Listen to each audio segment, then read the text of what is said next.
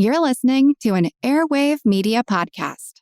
Ben Franklin's World is a production of Colonial Williamsburg Innovation Studios.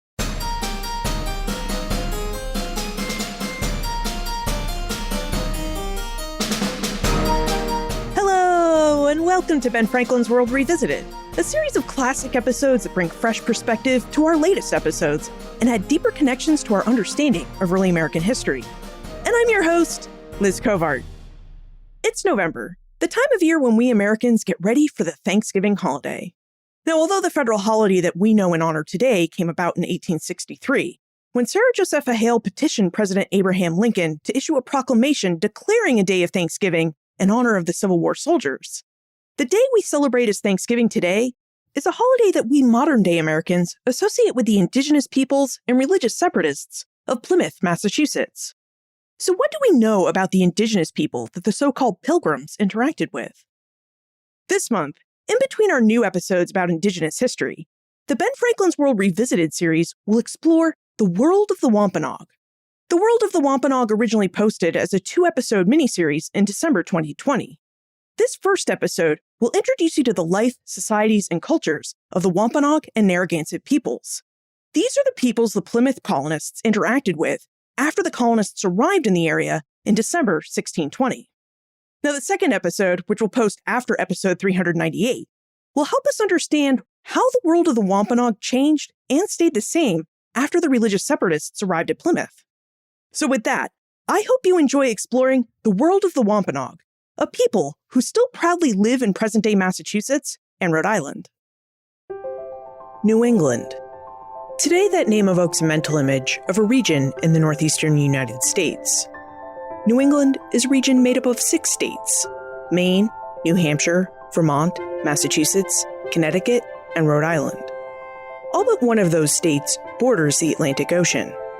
In its interior, much of New England has a rocky, even mountainous topography, heavily forested in many places. Traveling north from Virginia, Captain John Smith gave the region this English name in 1616. But New England has had a different name for much longer. The word that comes to my mind is the Dawn Land, because that's used a lot today to represent us, the people of the East, where the sun rises in the morning. We're the people of the dawn. So I'm Loren Spears. I'm the executive director of Tamaquag Museum, Askawee Kwasin, Natasuis Makasini Pashao, Narragansett, Natasuis Loren Spears, Englishat, Ni Narragansett Nehantik, Kanupiam at Aki Narragansett. And so what I said to you in my language was hello, and that I'm Loren Spears, and my traditional name is Makasini Pashao, and I am Narragansett Niantic, and welcome to the homelands of the Narragansett people. We know for my people, we've been around this area for over 12,000 years. And we believe we come from the Southwest after many ice age that happened. So that's why we believe all South, Central, and North American Indigenous people are pretty much all the same in a way, how we think about land, life in general, So we worked our way up here, and we've been here, like I said, for over 12,000 years. My name is Darius Coombs. I'm Mashpee Wampanoag. I'm the director of Wampanoag and Algonquin Interpretive Training, and I work at Plymouth Patuxet Museum. Before New England was New England, it was the Dawn Land, a region that still serves as the homeland of numerous Native American peoples, including the Wabanaki, Abenaki, Pequot, Mohegan, Mohican, Nipmuc, Niantic, Narragansett, and Wampanoag, to name just a few. Over the next 2 episodes, we'll explore the world of the Wampanoag before and after 1620, when 100 English settlers arrived in their world on a ship called the Mayflower, to a place the English would call Plymouth. Those settlers have been called Pilgrims over the years, and this year, 2020, is the 400th anniversary of their arrival in New England. Now, some things changed dramatically for the Wampanoag, but some aspects of Wampanoag life and culture persisted, as did the Wampanoag, who lived and still live in Massachusetts and beyond. Now, when those 100 English colonists arrived in what is today Plymouth, Massachusetts, they settled in the lands of the Wampanoag. In this episode, episode 290, our focus will be on life, cultures, and trade in the world of the Wampanoag and their neighbors, up to December 16, 1620, the day the Mayflower made its way into Plymouth Harbor. Our focus on life, cultures, and trade will help us develop a better understanding for the peoples, places, and circumstances of the world of the Wampanoag. So, just who were and are the Wampanoag who lived and live around present-day Plymouth? Who are some of their closest neighbors, the Narragansett, who live to the south? First, we'll speak with Darius Coombs and Loren Spears. Darius works at Plymouth Patuxent Museums, living history museums founded in the 1940s, that, through research, interprets the Wampanoag people and the colonial English community that settled amongst them in the 1600s. Loren is the executive director of the Tomaquag Museum, which was founded in 1958 by a Narragansett Pokanoket Wampanoag woman named Mary E. Glasgow. The Tomaquag Museum is Rhode Island's first and only Indigenous museum. I'm still on my homeland today. I am Mashpee Wampanoag, and Mashpee is only maybe 20, 30 miles south of here. But the original homeland Wampanoag overall is large parts of Massachusetts, going in parts of Rhode Island. And for Wampanoag Nation, we probably numbered over 100,000 at one time. Today it's maybe about 15,000. And amongst that 100,000 at one time, there's probably over 70 Wampanoag communities. If you were like traveling back then, right, and you came this area around here, what is known as Plymouth today, and if I was from here and you came up to me and asked me what I was, I would say I'm a Patuxet. How about yourself? And I wouldn't say Wampanoag, because Wampanoag is a nation of people. And if you're traveling back then, I would expect you to know that already. This is Wampanoag country. So I would describe myself a Wampanoag speaking community I'm from. So all around this area, what is known as Plymouth today, is what we call Patuxet. When we speak to Narragansett, we are speaking to a nation. I have heard that in the times of Verrazano, there may have been 100,000 people along Narragansett Bay. Now, when you think of Narragansett Bay, it's called Narragansett Bay for a reason, is that was part of our homeland.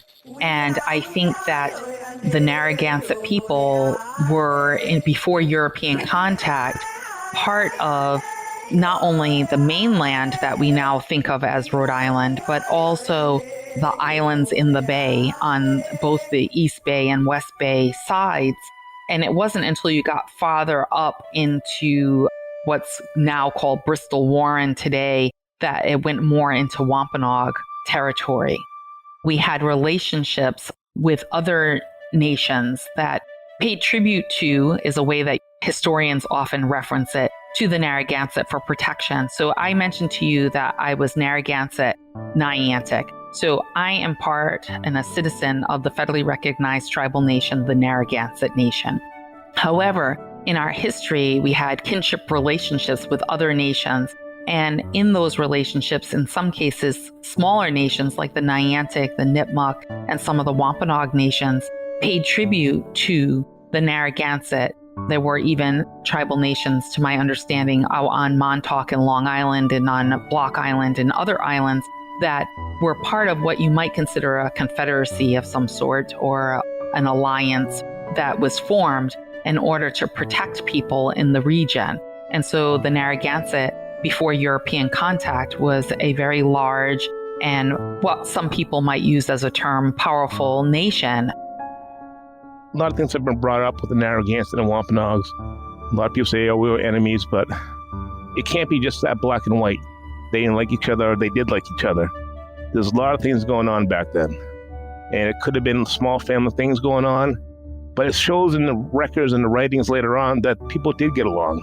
The Narragansett and the Wampanoag did have ties, which were positive. So it wasn't just all bad, between the two people. The Narragansett and the Wampanoag are both Algonquian peoples.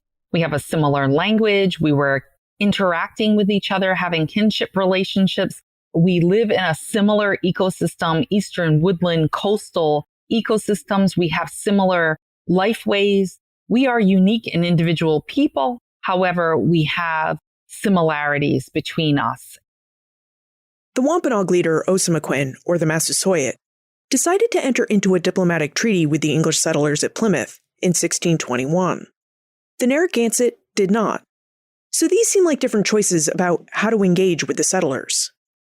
Now, before the English settlers established their colony, it seems that relation between the Wampanoag and Narragansett could have been positive and fluid. with some Narragansett people intermarrying with some Wampanoag people, and with some Wampanoag paying tribute to the Narragansett Nation in exchange for protection from other Native American peoples or from the occasional European fisherman, trader, or enslaver. We also know that the Wampanoag and Narragansett peoples shared many similar ideas and traditions, such as their 13-moon calendar and their lives on the land and on the water. As Indigenous people, we are the land. Our lifeways are from this land. We have our ceremonies based on this land. The 13 Thanksgivings that we celebrate in a year are connected to the gifts of the land that the Creator has blessed us with. And our stories are in this land. Our history is in this land. Our language is in this land. Our ceremonies, the clothes that we traditionally wear, our homes that we traditionally build, the means of travel that we created, all come from this land. And so when we think about this place, it's our homeland, but literally our ancestors are in this land. Our traditional creation story is that we're actually created from the clay, that the Creator formed us right out of the soil and that is attached to the water, out of the riverbeds, and created us here. And so our people have been here since time immemorial, and archaeologists and anthropologists, every so often they find what they call a discovery about our history, and they just keep going back in time. I believe right now they're at about 10,000 years that we've been in this place. Land and water are important to the Narragansett and Wampanoag peoples. As Loren Spears noted, a Narragansett creation story tells how the Creator formed the Narragansett from the clay, created by the land's soil and water. This deep connection in the land highlights one reason why both the Narragansett and the Wampanoag peoples observe a 13-month year. And seasons are very important, Everybody celebrates New Year's all around the world, but there's always different times when you celebrate New Year's depending on the culture of people. My culture of people, we celebrate it when everything comes to life. And that's during springtime, and that just makes sense. By that time of year, that's when the fish start running upstream. That's when the shadbush comes out, blooms. That's when the squirrel is as big as an oak leaf. And that's different signs of when your new year happens, and also different signs when you start planting. The Wampanoag and Narragansett, who lived during the 16th and 17th centuries, organized their society around seasonal, sustainable food supply. In spring and summer, you'd find both peoples living in villages near the coastal waters where they fished and the soils where they planted. In the winter and fall, you'd find them inland, removed to large winter encampments where they had stored the food they had grown and harvested or hunted and fished in earlier months, and where the trees and distance from the water protected them from icy sea winds. So I'm going to do a summer village for now. So in my mind, I envision our ancestors. There are people in the village, mothers and fathers moving about with grandparents. They're helping with children. They're tending older people and women, tending gardens and going out and gathering wild edibles, and men and sometimes women. I like to remind people women hunted too. It's Eurocentric, kind of a colonized mind to erase women from fishing and hunting and things of that nature. But they were doing that as well. And there were people making tools. So people weaving nets and weaving baskets and making pottery. You're by the water and you're harvesting this clay and you're tempering the clay with shell bits, and you're forming this clay and you're using shells and stone tools to smooth the clay, and you're putting it either adjacent to the fire or you're digging down into the coals to fire that pot and to create the cooking pots and the storage pots. You're collecting and harvesting materials for basketry, depending on the season and the time, grapevine, ash, other woods, oak, cedar, and you're making birch bark containers and cedar containers, and you're making cordage from bulrush, cattail, dogbane, milkweed, and you're harvesting and collecting these fibers and materials for that. You're cooking food, families have to eat. That was the cycle, during the fall and winter, that's when you live in your big communities. Our fall and winter communities, being number over 70, as I was saying, would range in sizes anywhere from a few hundred to probably 2,000 or 3,000 people. You're looking at more or less like small towns. And each community would govern themselves, would have their sachem, which would mean chief. He or she would have their own councilmen, and they made the best decisions fit their community. And what we did during the winter, you see a lot of the men hunting. The 4 big animals we would hunt for, we would go for deer, black bear, moose, elk, a lot of small game like rabbits, squirrels, beavers, otters, raccoons. We also go for a lot of birds, a lot of ducks, partridge, quail, turkeys. The women probably spend a lot of time inside the houses, making baskets, mats, doing a lot of the cooking. These are families. People often fictionalize Indigenous people and kind of erase the humanity of that. These are families that are working together, doing the jobs of the day. All seasons were seasons for making and gathering the necessaries of life: food, storage containers, fishing nets, tools, and reed mats. Which, among other functions, reed mats were used in Wampanoag and Narragansett wigwams or weetus, traditional dome hut homes used in the 16th and 17th centuries. Now, how do we know about these tools and other necessaries of life? How do we know about the making of these tools? Well, in addition to having information from a rich oral tradition, passed from Wampanoag elders to Wampanoag youth, and a written historical record, we also have archaeological evidence from this period. In fact, archaeology can tell us a lot about the tools and other items in the world of the Wampanoag in the 16th and 17th centuries. Archaeology really is the study of the human past through the objects that people left behind. And objects aren't, just the things that people made and dropped, but can also be evidence of structures that they had and ways that they were living. So archaeologists also get really excited about dirt stains. I'm Dr. Jade Lewis. I'm curator of collections here at Plymouth Patuxent Museums. Jade is also a historical archaeologist. So a lot of people, when they think about archaeology, they think about the digging. Archaeologists go out and they do really scientific excavation of different sites. When archaeologists are going out into the field, they're not specifically just looking for cool, shiny artifacts, but they're looking at how those artifacts relate to each other, relate to the landscape, relate to those stains in the dirt, and try and put together a picture of how people are living in the past in sort of a snapshot in time.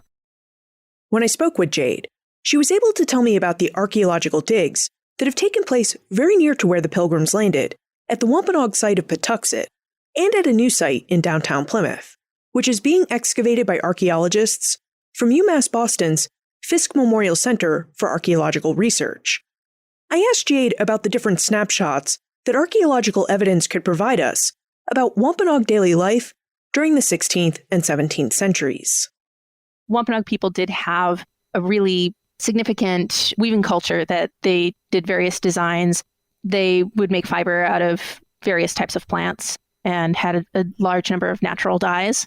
Once you have the arrival of Europeans and things like wool cloth can get accessed, you actually have Wampanoag people taking that wool cloth to pieces and reweaving it in ways that are meaningful to the Wampanoag.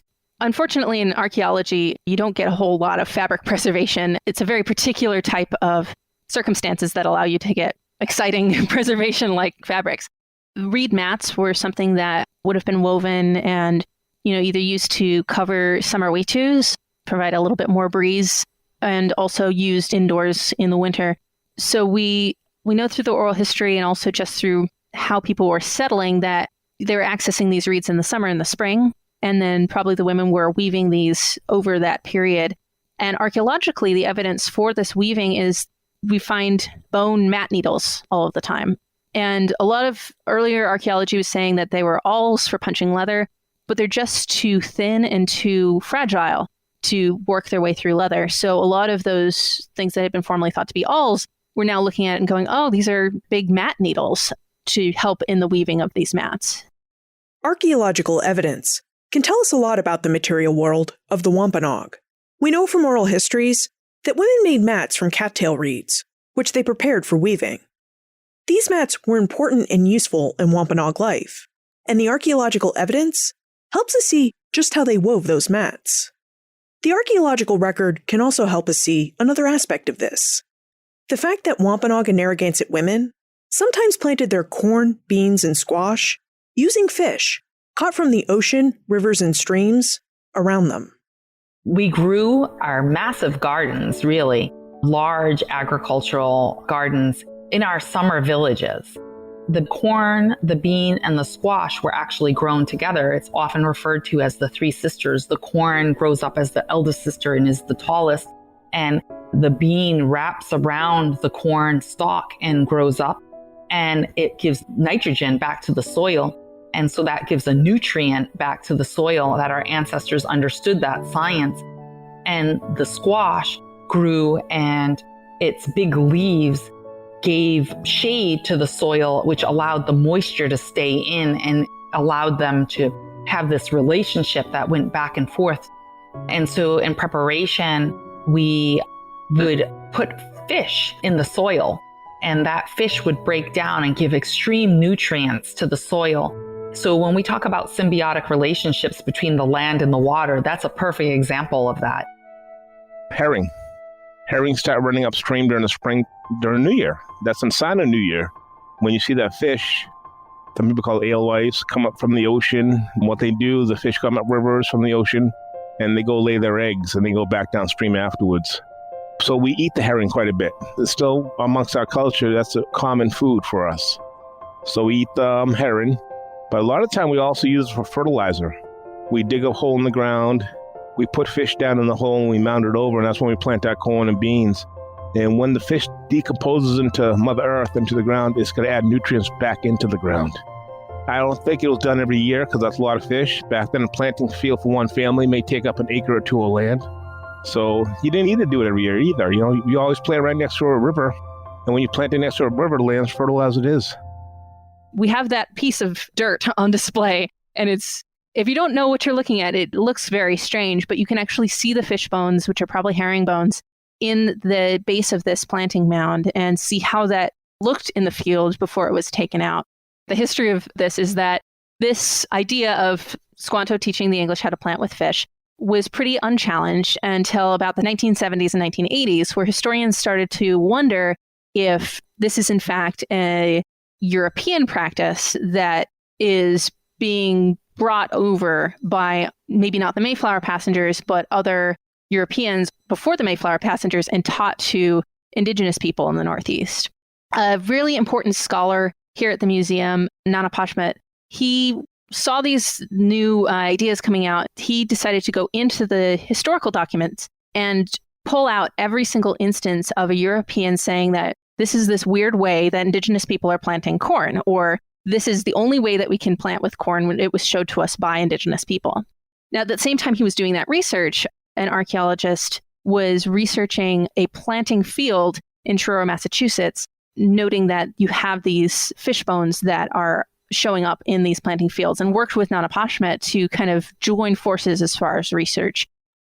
Oral histories, written histories, and archaeological evidence tell us that the Narragansett and Wampanoag peoples used fish and a well-thought-out system for planting their crops that helped to ensure their planting soils would yield bountiful harvests of corn, beans, and squash, crops that could be consumed fresh or dried and stored for later use. As Lorenz Spears remarked, and as Darius Coombs described, water is just as important as land. We have our natural springs going all up and down the rivers. You always plant during the spring and summer right next to a river. And by planting next to a river, the land's pretty fertile as it is. Fishing is very, very big amongst our culture, amongst our nation. We have a lot of fish in our diet during the spring and summer. The freshwater fish, bass, pickerel, trout, salmon, perch. You also have eels, snapping turtles. You got out in the saltwater, you got the striped bass, you got the bluefish, you got flounder. There's so much flounder out in the ocean they can walk out there back then and spare them, you know. We traded on the water. You know, you went from one place to the other on the water. You visited family and friends on the water. You went by the open ocean and the bay and fed your community on the bounty of that water, those gifts of the sea. One of my most profound thoughts is around how did our ancestors harvest the whale? that was part of our annual lifeway to have the harvest of the whale. And that whale could feed large quantities of people, many, many villages at one time.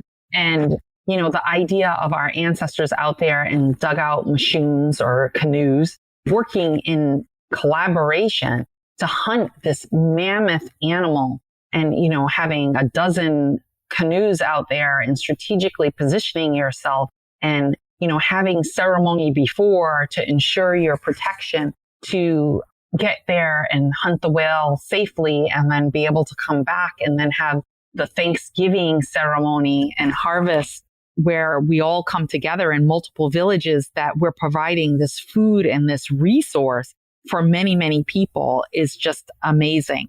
Things have changed. We hunted seals and whales, and those are animals that we're not really hunting today because they're just not in the abundance that they once were in this region. When colonization and conquest happened, they changed the land.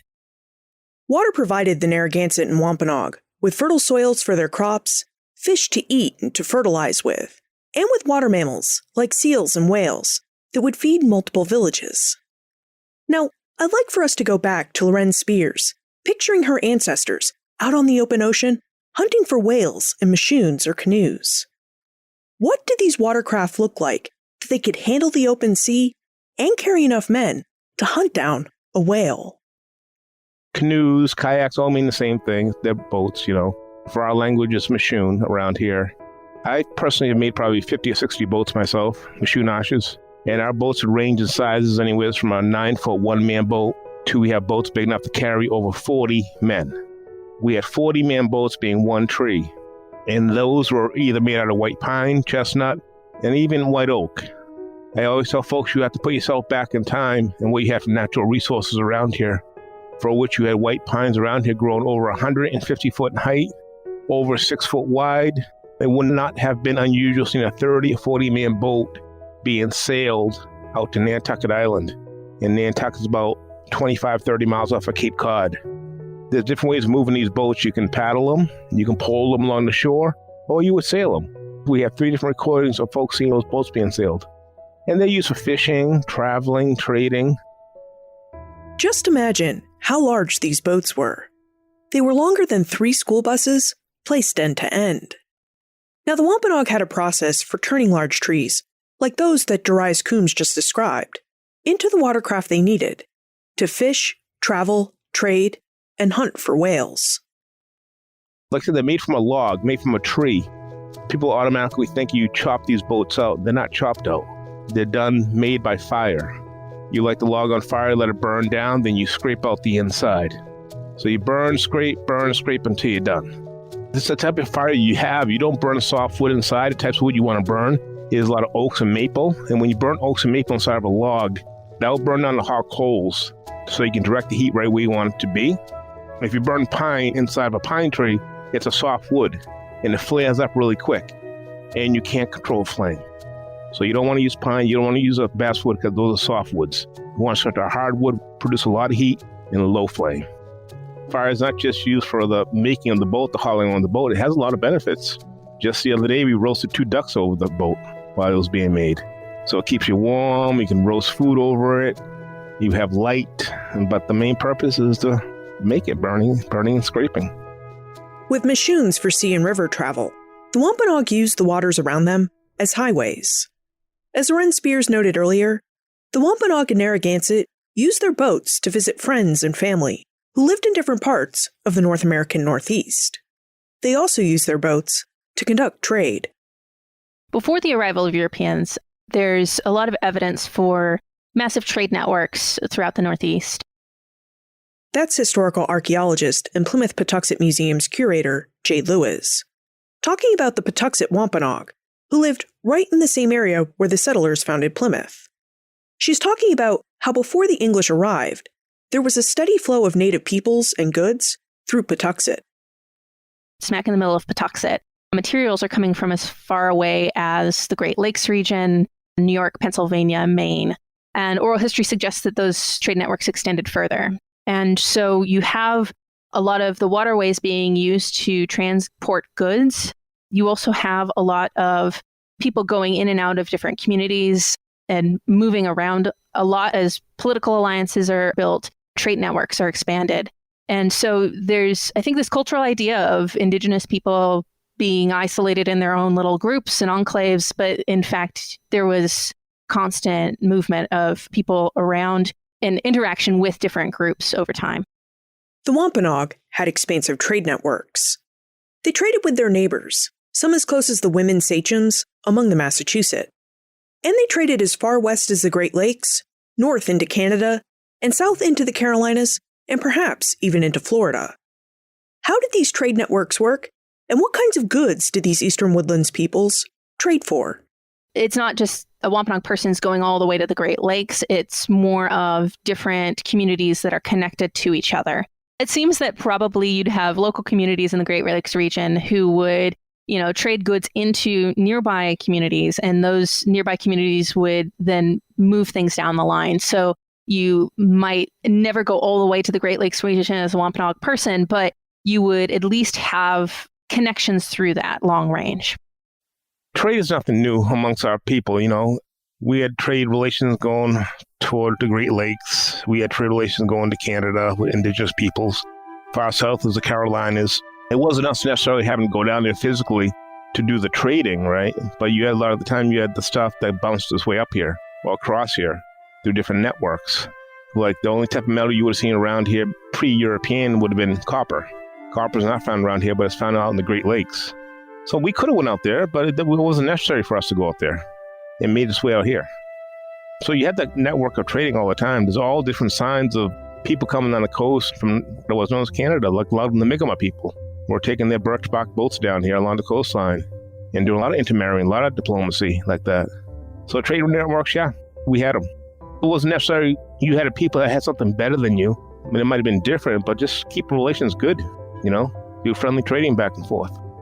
As Loren Spears tells us, people were coming to and from what we would consider to be a long way away. There's old dances that we have, like the alligator dance that our community has been dancing for many, many years. Well, guess what? There's no alligators in Rhode Island. However, that tells you about how we went down the waterways, down the Atlantic and down those different river systems and met up with, and maybe we didn't go all the way to Florida, but maybe we were meeting with people in those different spaces. And that's how you were sharing different songs and different dances and different ceremonies, just as we do today. When we visit other tribal nations, you bring gifts. I'm wearing wampum today, and we would bring gifts of that wampum to other regions. The Narragansett and Wampanoag engaged in trade, primarily to forge good kinship and diplomatic relations. As Loren Spears just discussed, sometimes trade functioned as a cultural exchange, whereby goods, songs, dances, and cultural knowledge were exchanged between different groups of people. As Darius Coombs put it, trade for the Wampanoag wasn't just about exchanging something you have for something different that you need or want. Trading was also about creating and maintaining friendly relationships with other peoples. Whether they traded physical goods, songs, dances, or other forms of cultural knowledge and traditions, the people of the Dawnlands traded to build and maintain positive understandings and positive relationships with neighboring and distant peoples. So, how did this long cultural tradition of trade inform how they approached trading with Europeans? For one thing, trading with Europeans wasn't anything new. The Wampanoag, for instance, had been interacting with Europeans for almost 100 years before the arrival of the Mayflower. So you have Europeans coming to the Northeast primarily to access the cod fisheries. Cod was huge business in the 16th and 17th century, and you had traders who would encounter Indigenous people on these shores and trade and interact with them. So when the people in the Mayflower arrived, the Wampanoag are familiar with them. They've maybe encountered Europeans themselves. They had at least encountered probably other Indigenous people who had traded or communicated with Europeans. And there's, in many ways, a complicated history that's already been established for 100 years before Mayflower arrives. There were people coming over. The first time there was written recording was Verrazano. He went down and did some trading with the Narragansetts in Rhode Island. In addition to what we know from oral histories, We also know from written European sources that, like many native peoples along the North American Atlantic coast, the Wampanoag had been interacting with Europeans from Spain, France, the Netherlands, and England since the 1520s, just as they did when Giovanni Verrazzano explored the Atlantic coast for France in 1524. What did Verrazzano and the men who followed him look for? What did they hope to gain from their trade with northeastern Native Americans like the Wampanoag? Stay tuned as we'll answer these questions and explore the Wampanoag's early trade and encounter with Europeans right after we hear from our episode sponsors. As you're listening to this series, The World of the Wampanoag, you may want to check out a new book coming next spring from our friends at the Library of America, Plymouth Colony, Narratives of English Settlement and Native Resistance from the Mayflower to King Philip's War. This volume is edited by scholars Lisa Brooks and Kelly Wisecup. Published for Plymouth's 400th anniversary, Plymouth Colony includes a vast array of writings from multiple points of view, including Indigenous voices and perspectives, so it can give its readers a multifaceted view of Plymouth Colony, which was formed within Wampanoag homelands. Plymouth Colony includes a full text of William Bradford's Of Plymouth Plantation, his journal and reflections of the settlement, which he kept over decades. The volume also includes a wide range of documents that provide insight into the experiences of the Wampanoag people and their leaders. The nonprofit Library of America champions our nation's cultural heritage by publishing America's greatest writing and authoritative new editions, and providing resources for readers to explore this rich, living legacy. To explore and pre-order Library of America's Plymouth Colony, Narratives of English Settlement and Native Resistance from the Mayflower to King Philip's War, visit benfranklinsworld.com/Plymouth. That's benfranklinsworld.com/Plymouth. You may also be interested in a new archaeology exhibit at the Plymouth Patuxent Museums, which commemorates the 400th anniversary of the Mayflower. The exhibit is called History in a New Light, Illuminating Archaeology of Historic Patuxent and Plymouth. Founded in 1947 as a museum, Plymouth Patuxent offers powerful personal encounters with history, built on thorough research about the Wampanoag people and the English community who settled amongst them in the 1600s. Plymouth Patuxent also maintains one of the most significant repositories of New England 17th century archaeology. The exhibit History in a New Light, Illuminating Archaeology of Historic Patuxent and Plymouth, uses archaeology, documentary research, oral history, and fine and decorative arts. It's the first major exhibit to display artifacts from both the Wampanoag village of Patuxent and the site of the original 1620 European settlement, which were discovered beginning in 2016 by Project 400 archaeologists, which is an ongoing archaeological research initiative conducted in partnership with the Andrew Fisk Center for Archaeological Research at the University of Massachusetts Boston, the Town of Plymouth, and the Plymouth Patuxent Museums. Now, in addition to finding the first evidence of these overlapping settlements, this research has forced scholars to reevaluate their understandings of daily life in early Plymouth and the nature of colonial and Indigenous interactions. To learn more about the exhibit History in a New Light, or to plan your next visit to the Plymouth Patuxent Museums, visit benfranklinsworld.com/archaeology. That's benfranklinsworld.com/archaeology. So, what did Verrazzano and the men who followed him look for? What did they hope to gain from their trade with northeastern Native Americans, like the Wampanoag? They came over for beaver skins, right? They wanted the beaver and otter. A lot of beaver and otter were decimated over Europe. And we have plenty around here. This is important that you hear the terms fishermen and traders. In that one breath, you got to say fishermen, traders, and enslavers, because that's fact. These people weren't just coming over for fishing and trading. They were also taking native people back over to Europe. European explorers and fishermen traded for furs and peltry they no longer had in Europe, and for foodstuffs that they needed to support their seasonal fishing villages or for their return voyages across the Atlantic. Now, sometimes these explorers and fishermen kidnapped, and in some instances also enslaved, native peoples, including a well-known member of the Wampanoag Nation. Best known to most people as Squanto, Tisquanton was a Wampanoag man who was taken captive by English sailors in 1614, returned to his home in what is now the town of Plymouth, which he knew as Patuxent, in the year 1619. Andrew Littman is an associate professor of history at Barnard College and the author of the forthcoming book, The Death and Life of Squanto. he was a witness, at least at a distance, to the visits of Bartholomew Gosnold to Cape Cod Bay in 1602, probably to the visit of Martin Pring in 1605, and Samuel de Champlain in 1605 as well. If we sort of guess what his age was, probably was not a particularly active participant in those encounters, but almost certainly would have seen ships at a distance, would have heard accounts of people who participated in those visits, even picked up and been able to see some of the trade goods that were exchanged in those visits. European explorers like Bartholomew Gosnold interacted and traded with Wampanoag men to gather intelligence about the land, its people, and its resources. Often, communication in these exchanges could be very difficult, as few Europeans spoke Wampanoag and few Wampanoags spoke European languages. Sometimes, European traders and explorers took native men like Tisquanto captive, with the goal of creating translators. But as Andrew Littman tells us, they were also enslaving these native men too. From these early accounts, we know that there's several different modes of communication. There's just general sort of hand sign pointing, the way that anyone in a country where they don't know a single word sort of gets by.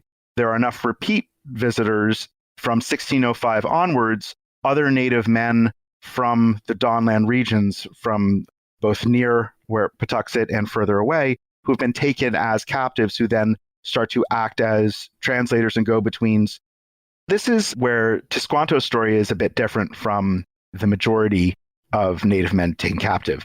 Most of the native men taken captive by English people, and as well by French as well, were brought immediately back to either England or France. Tisquanto is a little different in that his captor, Thomas Hunt, took those 24 men. He was planning to sell them, not to use them as translators or guides, but to sell them as slaves into a Spanish market for enslaved indigenous people. Prior to 1620, the Wampanoags' trade with European visitors often took the form of a one-way trade or exchange, where Europeans took Wampanoag men captive and unwittingly exchanged microbes that unleashed deadly periods of pandemic that wiped out entire villages of Wampanoag people like those who lived at Patuxet. We still suffer from a major epidemic that wiped out probably up to 90% of our people in a 2 or 3 year span. Our skin turned yellow, people got open sores in their bodies, and they died within 2 or 3 days. Common thought over the years, hepatitis. People say smallpox, but we kind of ruled out smallpox.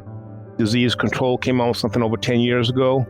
They believe it was from the French trade ships up in Maine. And when those trade ships came over, they would have rats on the ships.